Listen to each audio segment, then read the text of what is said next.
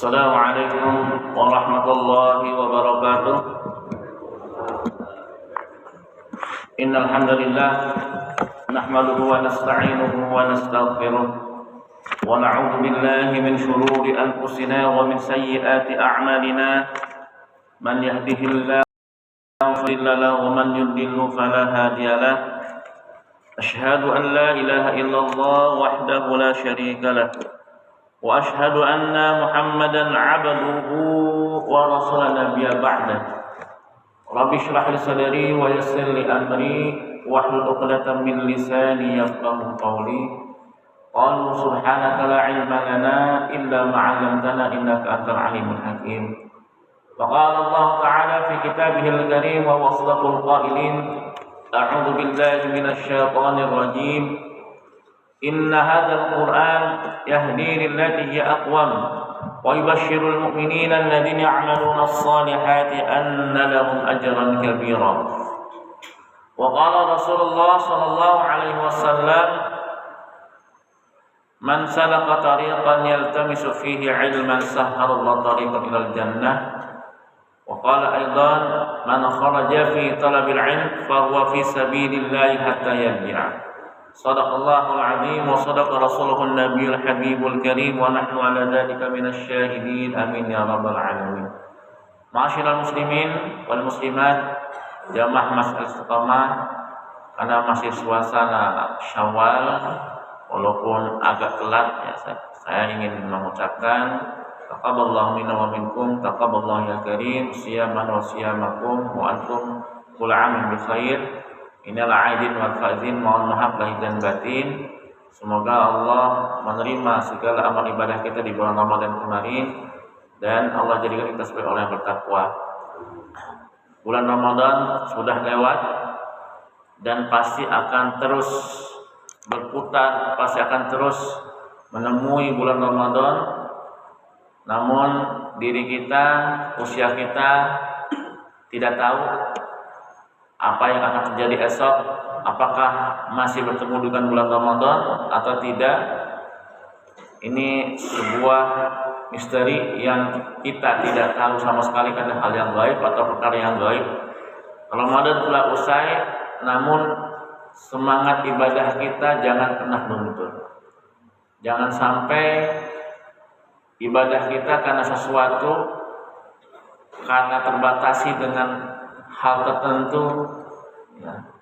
Bulan Ramadan bulan yang dimana kita memang dianjurkan untuk meningkatkan kualitas ibadah kita, menambah semangat kita dalam beribadah. Tapi ketika selesai Ramadan, jangan sampai ibadah kita kendor kembali. Hamba Allah, ibadur rahman, hamba Allah yang sejati tetap istiqomah dalam jalan beribadah, baik di bulan Ramadan ataupun di luar bulan Ramadan. Karena hamba Allah yang sejati beribadah hanya karena Allah Subhanahu wa taala. Ya tidak salah kalau kemarin kita ibadah semangat bulan Ramadan, tidak salah Pak ya. Kita baca Al-Quran sebanyak-banyaknya di bulan Ramadan sampai ada yang khatam sekali, 2 kali, mungkin ada yang 3 kali. Ya itu nggak salah, ya memang momennya. Tapi jangan sampai setelah Ramadan selesai kesemangatan itu hilang. Sebulan tidak bisa menghatamkan Al-Quran. Ya. Bahkan baru 2 bulan, 3 bulan baru khatam Al-Quran. Khawatir, nih yang kita khawatirkan Pak ya. Kalau kita ibadah karena Ramadan, jadi ibadah kita bukan karena Allah. Tapi kalau ibadah kita karena Allah, tetap menjaga kesemangatan kita dalam beribadah, menjaga salat 5 waktu kita berjamaah di masjid, menjaga kedermawanan kita, menjaga ibadah akhlak kita pada Allah dan juga pada sesama. Alhamdulillah, kita panjatkan puji dan syukur pada Allah Subhanahu wa taala atas segala limpahan rahmat karunia Allah berikan pada kita semua. Dengan izinnya, setelah Idul Fitri beberapa pekan, kita bisa kembali untuk sama-sama hadir di majlis Allah Subhanahu wa taala, majlis Al-Qur'an, majlis yang mulia. Karena hakikatnya menuntut ilmu syar'i itu hukumnya wajib bagi setiap laki-laki dan perempuan sampai akhir hayat kita, dan ini menjadi sebuah keniscayaan yang harus terpatri dalam diri kita, Bapak Ibu sekalian.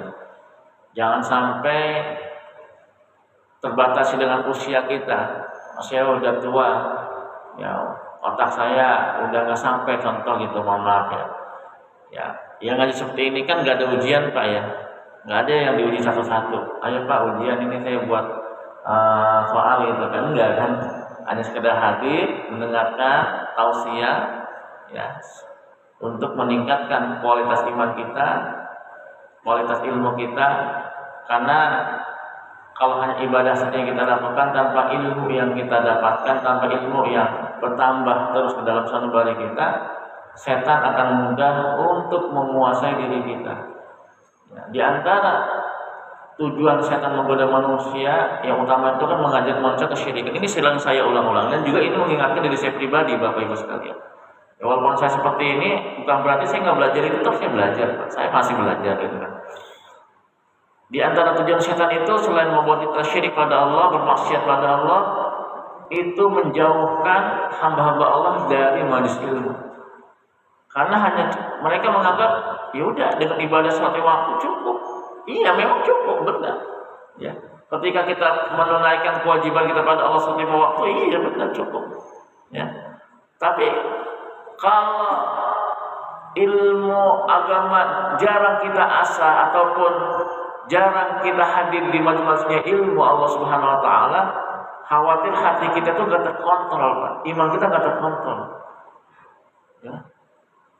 Dalam sebuah maqalat atau mahfuzat, laulal ilmu lakana an-nas kal bahaim. Ini bukan hadis Pak ya, tapi maqalat itu nasihat-nasihat ya.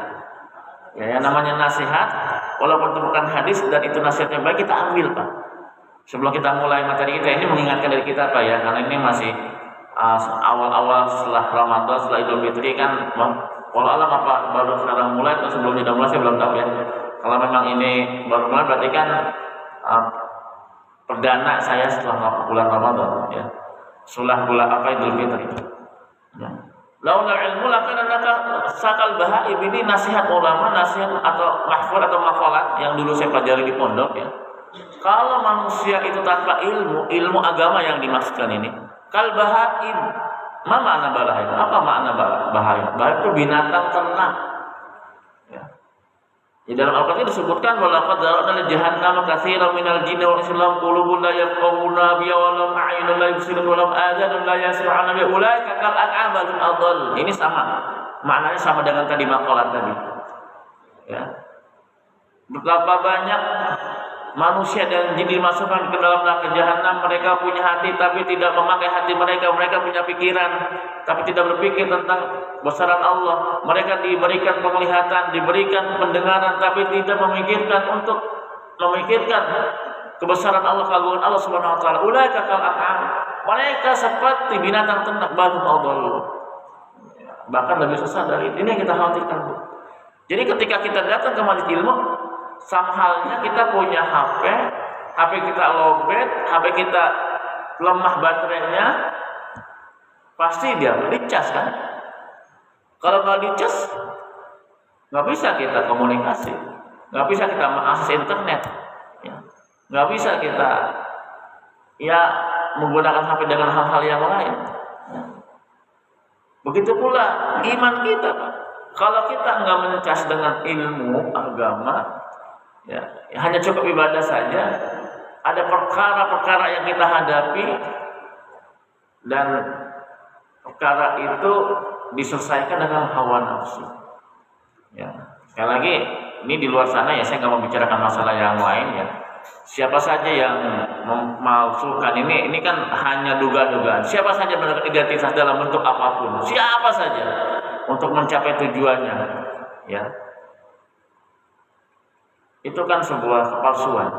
Kalau orang yang beriman, orang yang berilmu, ya, dia lebih mendekatkan takut pada Allah. Sekali lagi, saya tidak mengarah kepada satu orang, enggak, siapa saja,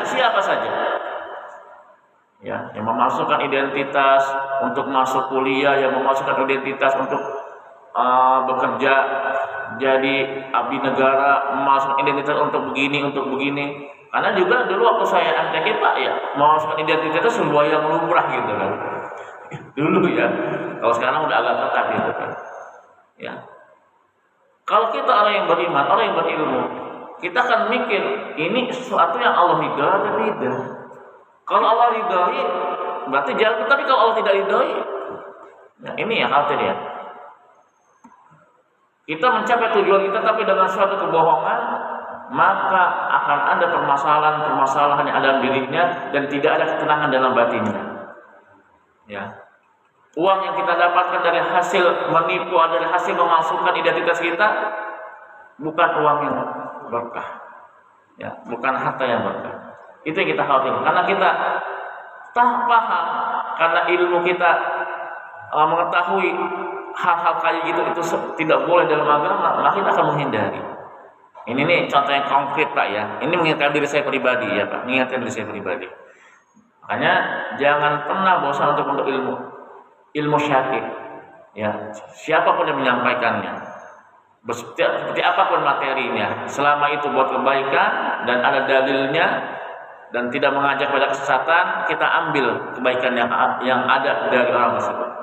Ya. Salawat dan salam semoga tetap tercurah kepada qudwah hasanah kita Nabi Muhammad SAW, beserta para keluarganya, para sahabat-sahabatnya, para pengikut-pengikutnya, muslimin dan muslimat. Semoga kita kelak di yaumul qiyamah mendapat syafaat beliau. Amin ya rabbal alamin. Ma'asyiral muslimin wal muslimat, jamaah Masjid Istiqamah yang Allah muliakan. Marilah sama-sama kita lanjutkan kembali materi tafsir kita, tafsir Al-Quran. Sekarang masuk ke surah Al-Baqarah ayat 262. Ya. Walaupun ini kalau nggak salah 261. Ya. Pernah dibahas waktu sebelumnya, tapi nggak apa-apa saya ulang kembali ya. A'udzubillahi minasyaitonir rajim. Mathalul ladzina yunfiquna amwalahum fi sabilillah kamathali habbah ambatat sab'a sanabila fi kulli sumbulatin mi'atu habbah wallahu yudha'ifu liman yasha wallahu wasi'un 'alim. Ya, di dalam Al-Qur'an banyak Allah memberikan sebuah perumpamaan atau tamtsil ya. Kalau dalam bab ulumul Qur'an itu ada namanya tamtsil ya. Daraballah, terkadang Allah menggunakan kalimat daraballah. Ya, masalu daraballah. Ya, suatu perumpamaan berarti Allah ingin mengilustrasikan ya sebuah makna kepada kita, yang makna itu menjadi sebuah manifestasi tujuan gitu. Nah, di sini Allah mengilustrasikan orang-orang yang berinfak di jalan Allah, yang bersedekah. Ya, beda dengan zakat Pak ya. Zakat ini hukumnya wajib. Kalau infak itu kan di mana ada peluang rezeki, kita menyalurkan harta kita dan tidak dibatasi. Mau diinfakkan seluruh harta kita ya silakan. Kalau kita nggak takut miskin itu Pak ya. Ya. Saya punya harta rumah saya infakkan, ya silakan. Ya.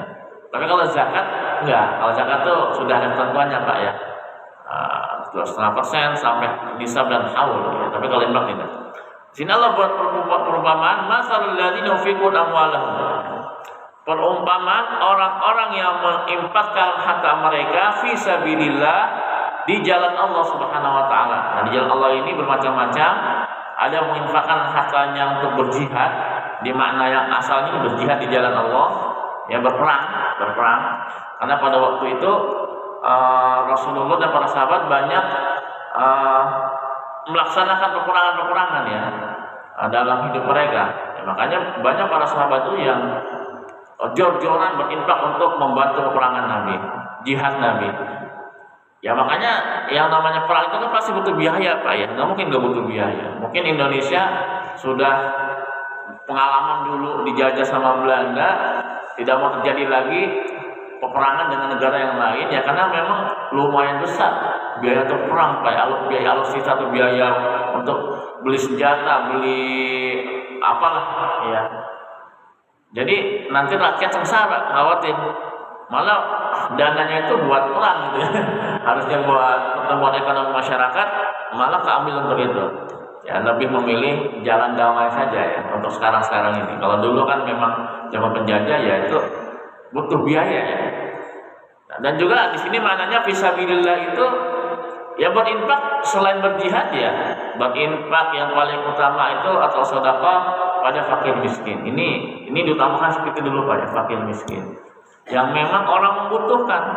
Kalau zakat memang lebih utama fakir miskin. Selain ada ketentuan 8 kategori tadi Pak ya, 8 asnaf itu yang dalam Al-Qur'an. Ya fakir miskin, sabilillah, ibnu sabil, amil, gharimin dan sebagainya, 8 asnaf itu. Ya. Kemana kita harus berinfak? Yang utama fakir miskin. Selain itu ya, selain kepada fakir miskin, kalau sebagai kepala rumah tangga utamakan anak istri dulu. Ya, karena ketika kita menafkahi, nafkah itu kan aslinya infak Pak ya, nafkah.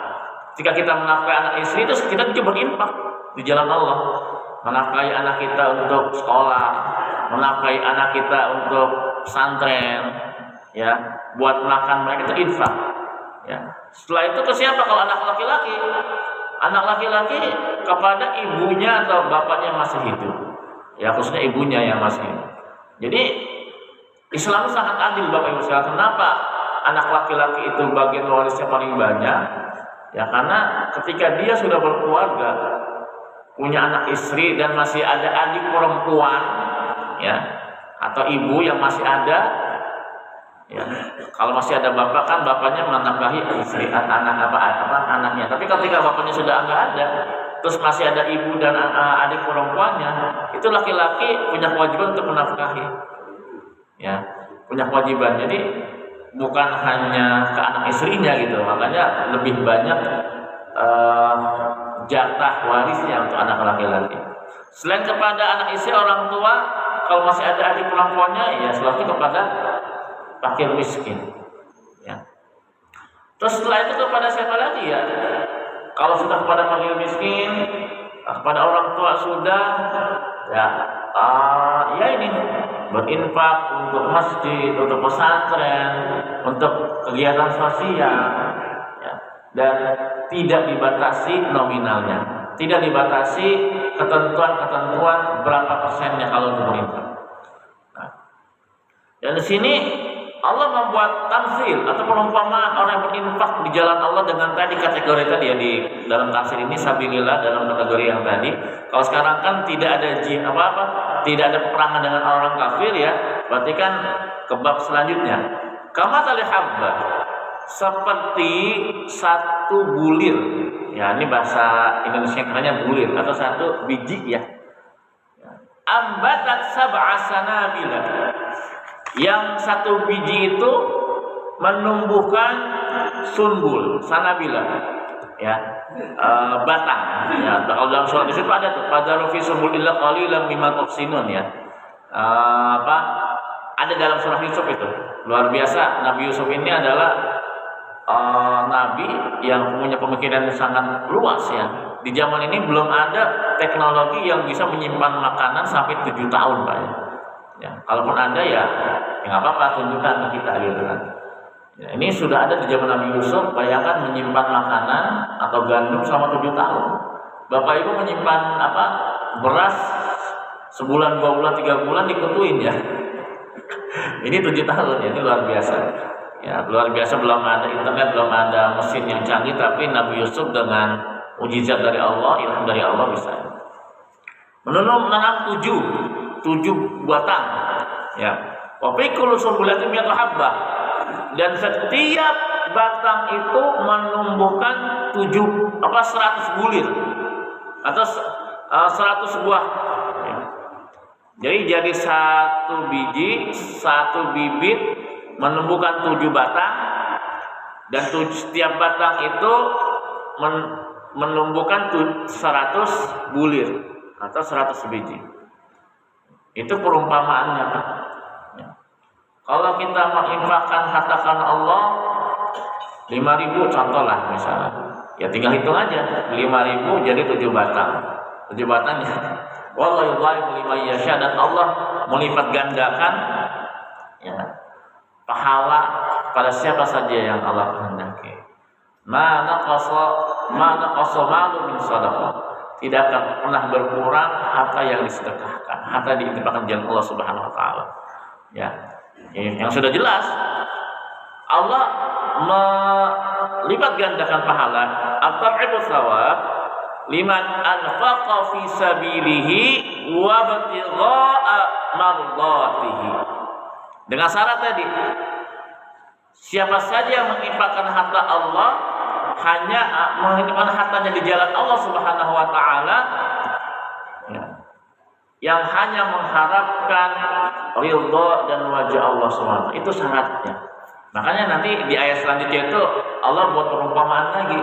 Orang yang berinfak tapi jangan menyebut-nyebutkan infaknya, jangan menyakiti perasaan orang yang diberikan infaknya pada kita. Ya, ini ya syaratnya apa?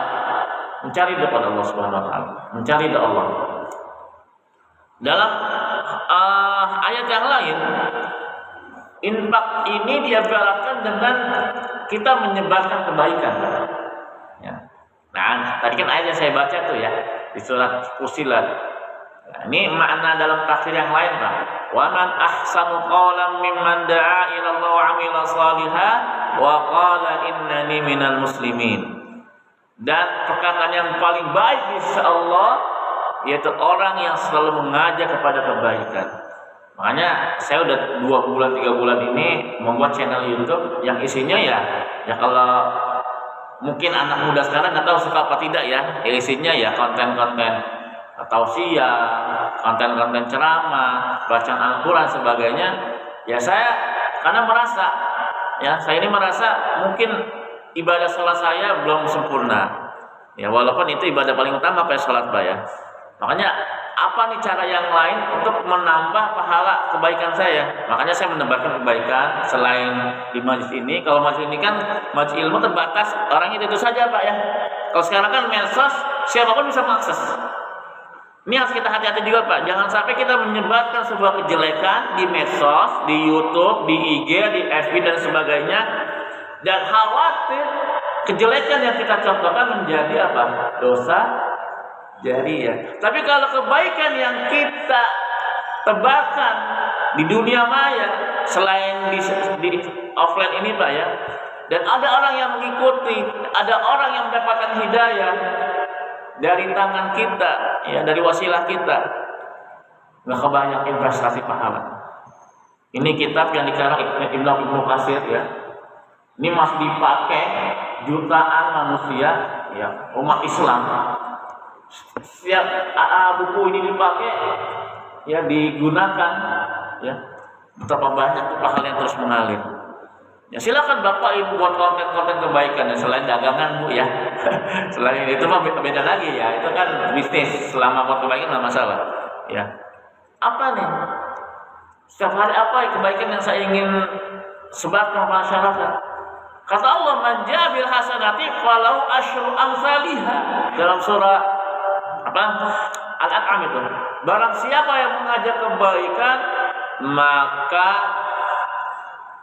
satu kebaikan yang kita berikan kepada orang yang kita ajak, kalau asyru amsaliyah, maka Allah akan berikan 10 kali lipat pahalanya. Ya alhamdulillah. Pak siapa ini yang buat tulisan ini? Pak Muhammad ya? Ya Pak Muhammad ya. Beliau membuat tulisan seperti ini ya. Terlepas mau dibaca atau tidak ya, berarti kan beliau berusaha menyebarkan kebaikan. ya kita hargai, alhamdulillah. Ya walaupun saya juga masya Allah bisa dirangkum apa yang saya bicarakan. Ya kemarin saya khutbah Jumat ya di dekat pondok gitu kan. Tahu-tahu ada jamaah yang ngirim WA saya rangkuman khutbah Jumat saya. Masya Allah luar biasa ya dirangkum. Ya kan? Ya. Berarti kan ada niat buat kebaikan, Pak. Jadi kalau kita mungkin belum mampu berinfak dengan harta, ya mungkin harta kita terbatas, uang kita terbatas. Dengan apa berinfak kebaikan? Itu sama juga. Ini makna dalam ayat sama juga. Tidak terbatasi dengan uang yang kita miliki, ya harta kita miliki. Tapi ada makna yang lain dalam tafsir ini disebut para ulama ini. Kebaikan yang kita tebarkan kepada sesama, kepada manusia, yang itu nanti orang akan mendengar kebaikan kita dan bertambah keimanannya atas wasilah kita, dan disitulah Allah berikan yudha'afu liman yasha, pahala yang berlipat-lipat. Ya, itu Bapak Ibu sekalian, kalau mungkin hari ini saya nggak bisa berinfak, apa nih kebaikan yang saya akan tularkan? Sebar aja di WA group. Ini ayat ini, ya isinya ini, kontennya tentang ini hadis ini. Karena kan gampang Pak mengakses. Bapak mau buka hadis tentang apa, langsung aja di internet dengan sistem apa gitu, aplikasi apa, keluar, sebarkan. Walaupun kita bukan ahli hadis gitu kan, bukan ahli tafsir, ya sebarkan. Ada orang yang membaca, ada orang yang masya Allah hatinya tergerak untuk kebaikan, dapat pahala. Ya. Nah ini makna selanjutnya dari ayat ini ya, selain berinfak jalan Allah ya. Ya saya juga kalau untuk berinfak banyak, mungkin nggak seperti orang-orang yang hartanya banyak bisa menginfakkan harta di atas 10 juta, 20 juta ya. Karena memang harta saya terbatas juga ya. Hanya hampir setiap hari itu saya buat konten bacaan Al-Quran dari berbagai riwayat ya. Nanti kalau itu silakan kunjungi channel YouTube saya Syihabuddin Al-Islam itu. Itu nanti Bapak akan melihat bacaan-bacaan Al-Quran versi riwayat yang lain ya. Ya itu buat pengetahuan kita saja. Ayat selanjutnya, alladzina yunfiquna amwalahum fi sabilillah thumma la yutbi'una ma anfaqu mannan wa la adha lahum ajrun 'inda rabbihim wa la khaufun 'alaihim wa la hum yahzanun. Ya. Pada ayat sebelumnya, syarat Allah memberikan pahala berlipat ganda kepada kita berinfak hanya mengharapkan ridha Allah Subhanahu wa taala. Nah, makanya di sini disebutkan kalau ada infak, ada embel-embel yang lain, yaitu jelas akan tertolak. Ya. Alladzina yunfiqun amwalahum, yaitu orang-orang yang menginfakkan harta mereka fi sabilillah, ya, di jalan Allah Subhanahu wa taala. Syaratnya tsumma la yutbi'una ma anfaqu mannan wa la adha. Kemudian tidak mengikuti infak tersebut dengan embel-embel apa? Manna, menyebutkan infak dan pemberiannya, wala ada, ataupun menyakiti perasaan orang yang menerima infak tersebut. Lahum ajrun 'inda rabbihim, untuk mereka adalah pahala yang terus mengalir.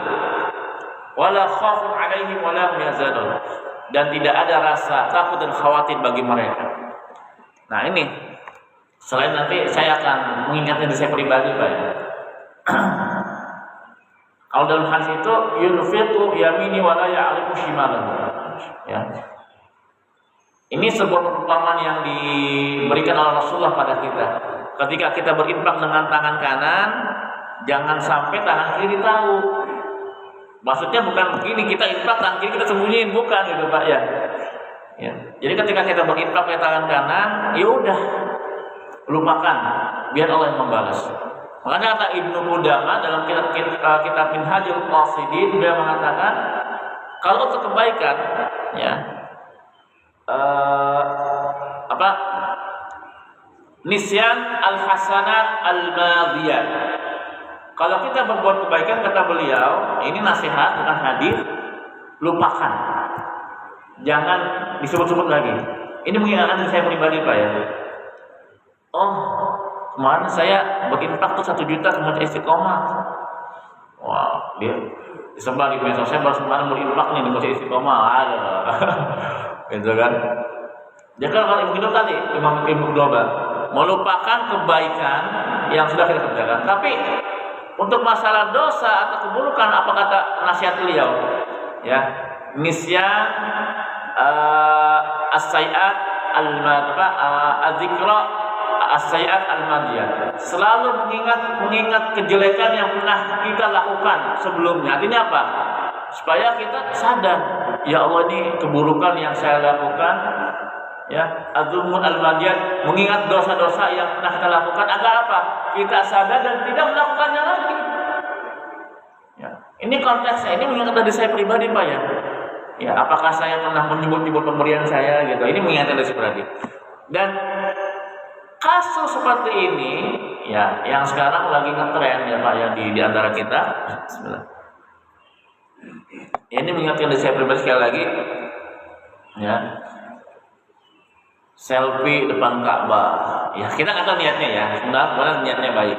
Alhamdulillah, saya depan Ka'bah, umroh ke Baitullah. Selfie di Raudhah, selfie di Masjid Nabawi. Sekali lagi, kita nggak tahu apa isi hati seseorang, ya. Tapi lebih baiknya sudah cukup kita dan Allah saja yang tahu. Ini yang maksud ayat ini. Tadi kan infak ini kebaikan, ya. Boleh nggak kalau misalnya si fulan disebutkan infaknya itu di masjid? Boleh-boleh saja. Silakan. Yang penting kita niatnya itu tidak melenceng. Untuk fastabiqul khairat, Bapak Ibu sekalian. Dan ini dicontohkan ketika zaman Nabi Muhammad. Nah, ketika Abu Bakar ditanya siapa yang, ketika para sahabat ditanya, ya, ini cerita tentang Abu Bakar. Siapa yang hari ini sudah sholat malam? Saya ya Rasulullah. Abu Bakar yang menjawab, yang yang mengacungkan tangan. Siapa yang hari ini memberikan makan fakir miskin? Saya ya Rasulullah. Siapa yang hari ini mengantarkan jenazah? Saya ya Rasulullah. Sahabat yang lain itu khawatir, bukan yang nggak mau ya. Sahabat itu khawatir dia ria. Nyata kata Rasul, ini bukan ria. Ini buat fastabiqul khairat. Jadi kalau misalnya ada nama ibu disebutkan, nama bapak disebutkan di masjid, oh si fulan bin fulan, fulanah binti fulan menyimpan hartanya buat masjid, silahkan. Untuk apa? Mengajak jamaah yang lain berinfak di jalan Allah Subhanahu wa taala. Ya. Tapi sekali lagi jangan sampai nanti terbesit dari diri kita, ya, dari pikiran kita, wih, nama saya disebut ini. Wah. Pak Bambang 5 juta. Wah, bangga. Nah, itu yang asik satu apa? Setan pintar dia untuk mencari celah di mana kita lengah. Akhirnya apa? Ketika kita bangga dengan apa yang kita keluarkan, bukan karena Allah ada sedikit rasa ria, infak yang kita keluarkan hancur, sia-sia. Ya, kalaupun disebutkan ya udah, alhamdulillah, istighfar langsung, astagfirullah. Di dalam surah Al-Alaq ayat 17, setan itu gak pernah bosan menggoda kita. Ya, orang yang sudah berbuat baik pun digoda. Datang ke majelis ilmu, udah, nggak usah dengerin ustaz itu mah ilmunya cetek. Ada kayak gitu Pak, ya kan? Nggak usah ini tuh, walaupun datang udah masuk kuping kanan, kalau kuping kiri, padahal dia baik, tapi setan tuh. Dalam surah Al-Araf ayat 17, ثم لآتينهم من بين أيديهم ومن خلفهم وعن أيمانهم وعن شمالهم ولا تجد أكثرهم شاكرين. Ya, waktu iblis dikeluarkan Allah dan Allah masih memberikan dia rahmat kepada iblis itu. Sayangnya apa? Dipanjangin usianya. Kita minta sama Allah, ya Allah panjang usia kita setelah hari kiamat, dikabulkan nggak? Belum tentu. Iblis langsung dikabulin oleh Allah, laknat dia. Luar biasa rahmatnya Allah ya. Walaupun sama makhluknya yang durhaka gitu. Dua lagi permintaan yang dikabulkan oleh Allah. Saya akan menggoda anak cucu Adam. Silakan. Luar biasa. Rahmatnya Allah maha rahmat ya. Ya, Allah masih kesempatan sama iblis. Kemudian terus kata iblis apa? Ya Allah, karena Kau sudah mengeluarkan saya dari surga dan ini sebab Adam itu yang menjadi saya diusir dari surga, Tsumma la'atiyannahum min baini aydihim wa min khalfihim 'an ayman wa syamal. Saya akan datangin 'an ayman wa syamal. Saya akan datangin dipenuhi dalam kemaksiatan, dikaburkan makna Islam, makna agama. Kalau nggak sanggup dari belakang, saya akan goda mereka wa'an aymanim, dari kanan mereka. Kalau jalan ini tidak bisa, dari kiri mereka.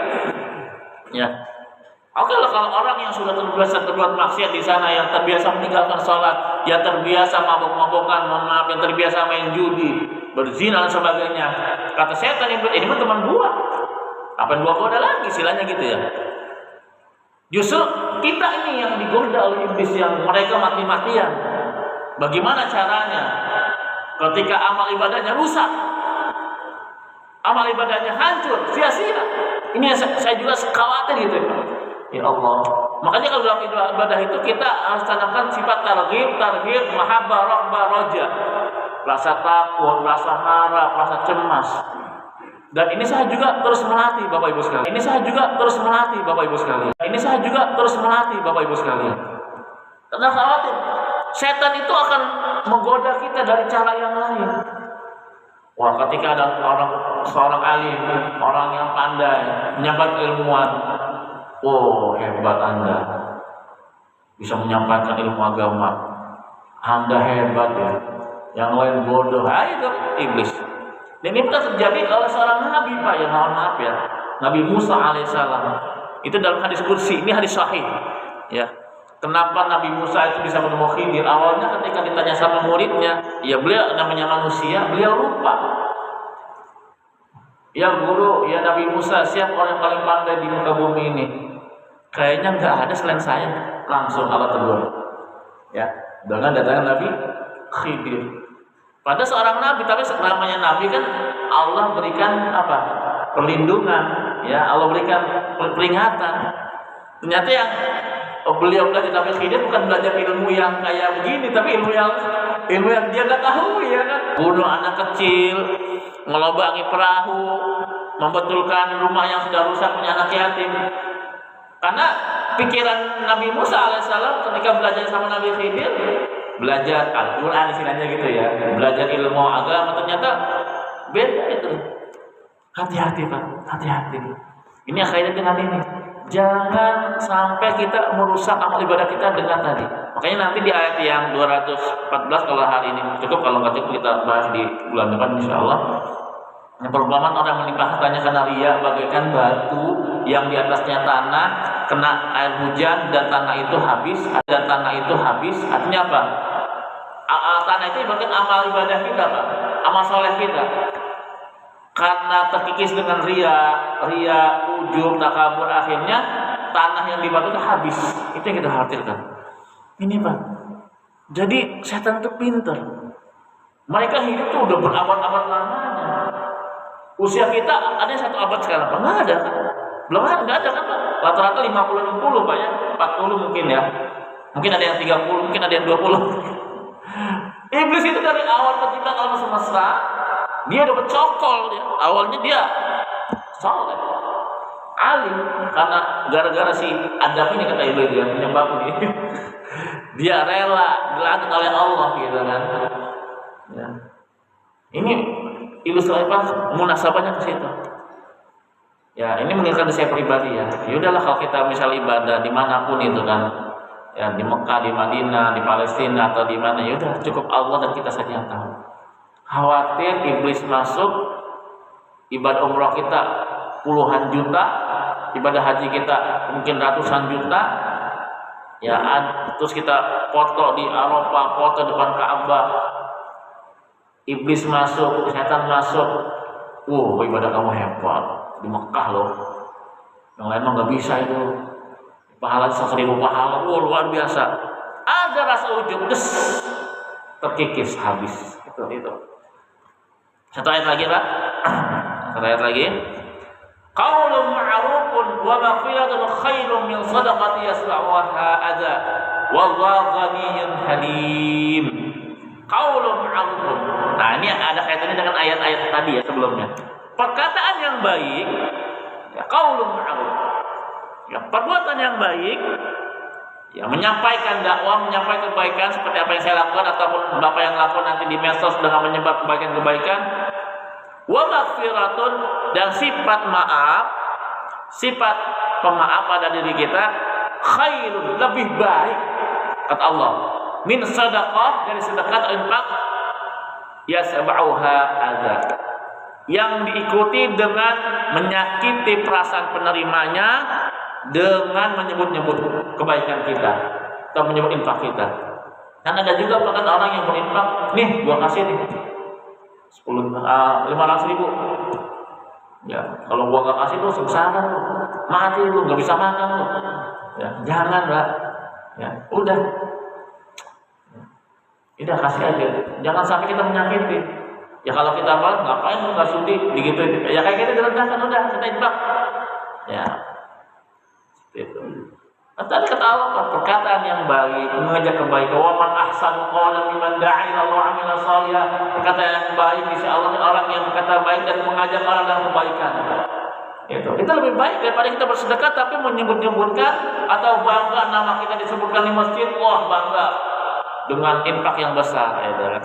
Dan beberapa ayat mengajarkan pada kita, ya, dan juga mengingatkan dari saya pribadi, al-fakir yang masih jauh dari kesempurnaan, masih jauh dari kebaikan yang hakiki, terus berusaha untuk kebaikan agar kita menjaga keikhlasan kita dalam beribadah kepada Allah Subhanahu wa taala. Menjaga keikhlasan amal saleh kita, infak kita pada Allah, menjaga ibadah kita kepada Allah hanya menghargai Allah Subhanahu wa taala. Karena Allah tuh Maha Cemburu, Pak. Allah tuh cemburu ketika ada hambanya yang beribadah dan dia menyandingkan Allah dengan yang lain. Seperti halnya Nabi Ya'qub alaihissalam ketika ditinggalkan oleh Nabi Yusuf, terus juga Nabi Bunyamin, ya. Bunyamin juga ditahan sama Nabi Yusuf gitu kan. Dia bersedih. Dia akan bersedih. Ditegur oleh malaikat Jibril. Ya. Allah Maha Cemburu. Jangan sampai cinta pada Allah melebihi cinta kepada orang lain, ya kan? Cinta pada cinta pada orang lain melebihi cinta kepada Allah, maaf gitu kan. Ya, akhirnya dia sadar ternyata dia belum mengorbankan Ismailnya, ya, supaya Allah nanti menggantikan yang lebih baik. Jadi Nabi Ismail dikorbankan untuk disembelih, Nabi Ibrahim nggak tahu akan diganti dengan kibas. Ketika sudah pasrah, sudah ikhlas, Allah ganti. Ketika Nabi Ya'qub alaihissalam sudah ikhlas, bayangkan 36 tahun Nabi Yusuf tertinggal, hilang, sengaja oleh saudara-saudaranya dihilangkan. Dan ketika ketemu dengan Nabi Yusuf, ketemu saudaranya, Binyamin juga ditahan, anak sayangan yang satu ibu dengan Nabi Yusuf. Beliau bersedih, akhirnya ditegur oleh malaikat Jibril. Ya. Allah Maha Cemburu. Artinya ketika kita beribadah jangan sampai ada niat yang lain. Ini sekali lagi mengingatkan diri saya pribadi. Baik, itu saja apa yang saya sampaikan. Semoga bermanfaat. Mungkin sebelum ditutup, kira-kira Bapak Ibu ada yang ingin diskusi atau menambahkan materi apa yang saya sampaikan. Silakan.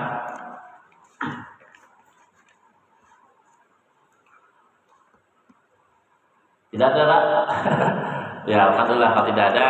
Semoga materi yang saya sampaikan bisa bermanfaat bagi Bapak Ibu sekalian dan menambah keilmuan serta keimanan kita kepada Allah Subhanahu wa taala.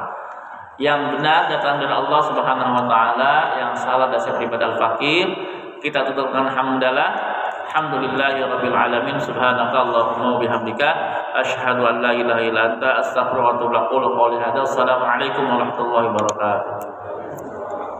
Udah suruh, Pak.